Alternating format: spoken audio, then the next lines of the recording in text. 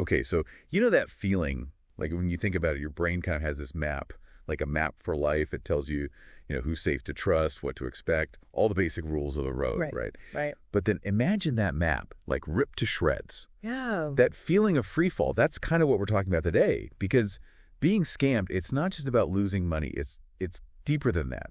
It's this gut-wrenching mind mess. And that's why this research out of the SCARS Institute, the full name is Support and Resource for Victims of Scams. By the way, it's so fascinating. They're digging into the lasting trauma of scams using this thing called schema conflict theory, which I'm sure a lot of people listening have heard of. Okay, schema conflict theory. Hit me with it. What is that?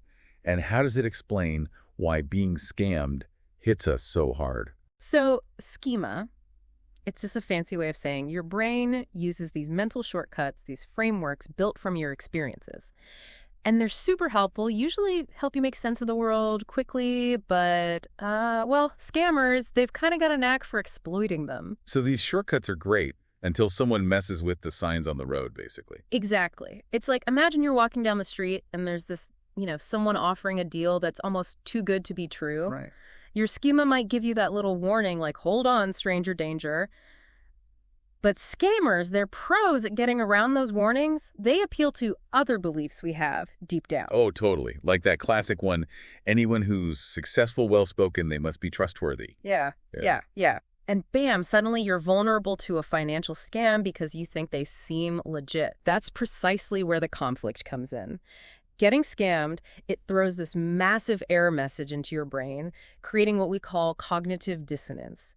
Basically, it's that super unsettling feeling of holding two totally opposite beliefs at once. Your brain is like, wait, hold on. Yeah, your brain hates it, wants to resolve it somehow. So it's not even just the emotional blow. It's like almost your sense of reality gets warped. Absolutely. In the SCARS Institute paper, they break down 4 major ways that this schema conflict, it ripples outward, causing some serious lasting trauma for scam victims. Okay, I'm hooked. Give me these impacts. Hit me with them. Let's start with shattered assumptions. What does that even mean? Okay, so remember those core beliefs, the ones that tell us people are generally good, the world's a fair place. A scam can totally shatter those. Yeah, that makes a lot of sense why people feel like they can't trust anyone afterwards. Right. It's like your brain is just trying to protect you, but sometimes it goes a little overboard. Yeah. What's the next thing on this list of, schema conflict fallout? So naturally, when those beliefs get shaken up, your emotions are going to be all over the place, right? Okay, sis. We call this emotional dysregulation. It's the second major impact. So that's where the emotional roller coaster comes in, I'm guessing? Exactly. You're dealing with the manipulation, the broken trust, and it comes out as this jumble of anger, guilt, sometimes even shame. It's a lot. And I'm guessing it doesn't just go away overnight. Right? Like those feelings probably stick around for a while. Oh, definitely. They can linger. And even, they can actually change how you react to things going forward. Yeah, being scammed, it can make you more anxious in general, kind of like suspicious of everything. Even little things can set you off, Yeah. And those changes, they're not just in your head. They have roots, like deep in your brain chemistry. The SCARS Institute paper, they actually call this the neurobiological impact, which I think is super interesting. Okay, so now this is where it gets really interesting for me. We're talking about actual, changes in the brain. Yeah. Like physically. Yeah, think about it this way. Okay, so when you go through something traumatic and being scammed, that is a form of trauma, your body, it releases all these stress hormones, like cortisol, adrenaline, all those fight or flight chemicals. So your body's basically in defense mode all the time. Exactly. And if that system, if it's activated for too long, it starts to mess with your brain's wiring. So you might feel on edge all the time, like you said, trouble sleeping, even have a hard time concentrating, remembering stuff. It's like your brain is stuck on overdrive. That's intense. Our brains are pretty incredible, though, right? Yeah. Like they can adapt to all that. They do. And that actually brings us to the 4th big impact they talk about. It's protective maladaptive schemas.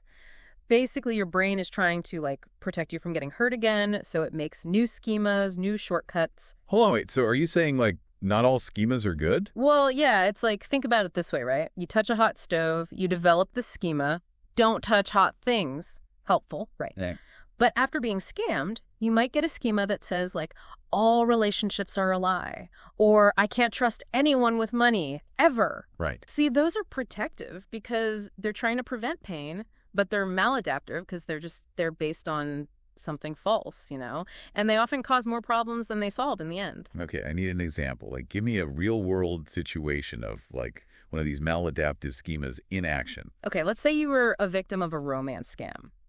Afterward, you might find yourself not being able to trust anyone who tries to get close to you, shows you affection. Oh, wow. So you push people away because you're afraid of being vulnerable again? Exactly. And breaking free from those thought patterns, it's really hard because they feel so real, like so much a part of who you are now. It's like they become a self-fulfilling prophecy. Like, it started with a lie, someone else's manipulation, but then it ends up shaping your whole reality. And that is exactly why understanding this is so important. Because once you can see those patterns, those reactions that come from this bad schema, then you can start to question them. Knowledge is power, seriously, when it comes to healing from this kind of trauma. So someone listening to this right now, maybe they're thinking, man, these maladaptive schemas sound way too familiar, like they're stuck in that cycle. What can they do? Is there any hope of rewiring those thoughts, or are you kind of stuck with the damage? There's always hope, and that's the good news. Remember we were talking about how adaptable our brains are? Well, that works for us too. There's actually some really effective therapies out there, designed specifically to help people who've been through trauma. And yeah, being scammed, it counts. So it's not about fixing yourself because you're not broken. It's more like learning, like new ways of thinking, new reactions, right? Exactly. Therapies like CBT, cognitive behavioral therapy, it can help you zero in on those unhelpful schemas, challenge the negative stuff they're throwing at you, and replace them with, healthier, more balanced ones. Like retraining your brain to spot those bad shortcuts and choose a better path. It's like that. It takes time and work, I'm not going to lie, but our brains are seriously resilient things. With the right support, healing is 100% possible. That is so reassuring to hear, especially because, I don't know, I feel like there's still this big stigma around being scammed, like you weren't smart enough to avoid it or something, Yeah, and that's so not true. These scammers are good at what they do. They're sophisticated. They're preying on basic human psychology. Like everything we've been talking about, all these schemas and stuff, it's not about intelligence. It's about being human. It's about having instincts and trusting like we're supposed to, and then someone comes along who knows how to use that against you. Yep. It's predatory, plain and simple. Yeah. And honestly, the more we understand all this, the psychology behind scams, these schema conflicts, the better equipped we'll be to protect ourselves and those around us. This has been, honestly, really eye-opening. Yeah. But I have to admit, it's a lot to process. So for our listener today, if they take away one thing from this whole deep dive into schema conflict and all this, what would it be? I'd say this. If you've been through it, if you've been scammed, please know you are not alone. It's not your fault. It's normal to feel traumatized by something like that, and there is no shame in reaching out for help to heal and to rebuild. You're not broken, and you can recover from this. That's so true, because I feel like a lot of people end up blaming themselves. Yeah. After something like this happens, they kind of retreat, and then, that isolation just makes things worse. It's totally understandable, like it's a human thing, right? But that's what the scammers are banking on. They want you to feel like you can't talk about it. But staying silent, it only protects the scammer, never the victim. It's true. It's like they've already taken so much, your money, your sense of safety. Yeah. Don't give them your voice too, Exactly. And remember how we were talking about the brain being adaptable? So just like those bad schemas built up over time, we can actually build new ways of thinking, healthier ones. Okay. Speaking up, getting support, that's where the real power to heal is, I think. It's like learning to navigate with a totally new map, a better one, right? Yeah, exactly. One that's more accurate to like who you are now. Exactly. It might take a little work, but that process of rebuilding, reclaiming your sense of control, your trust in yourself, that's where the growth happens. It's tough, but so possible. This whole conversation has honestly been eye-opening, I gotta say.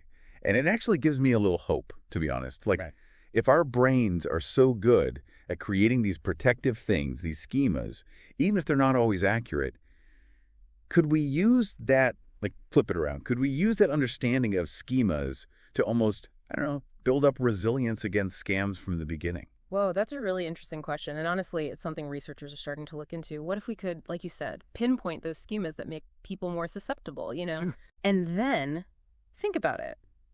Educational programs, public awareness, stuff that helps people spot those schemas in themselves before they even encounter a scammer. So it's like almost like a mental vaccine, right? Exactly. Inoculating yourself against that manipulation that makes these scams so effective. Wow. It's a really cool concept, and it really speaks to how powerful it is to just understand your own mind. The more we know about how our brains work, the better equipped we are to protect ourselves, not just from scams, but from all kinds of harm in life. That is the perfect note to end on. Knowledge is power. Being aware is key. And our brains, they're capable of so much resilience, so much growth. So to everyone listening, if you are feeling lost, if you've been through a scam, please remember, you are not alone. Reach out, find your people, and know that healing is absolutely possible. This deep dive might be over, but your journey to reclaiming your power, your sense of peace, that's just beginning.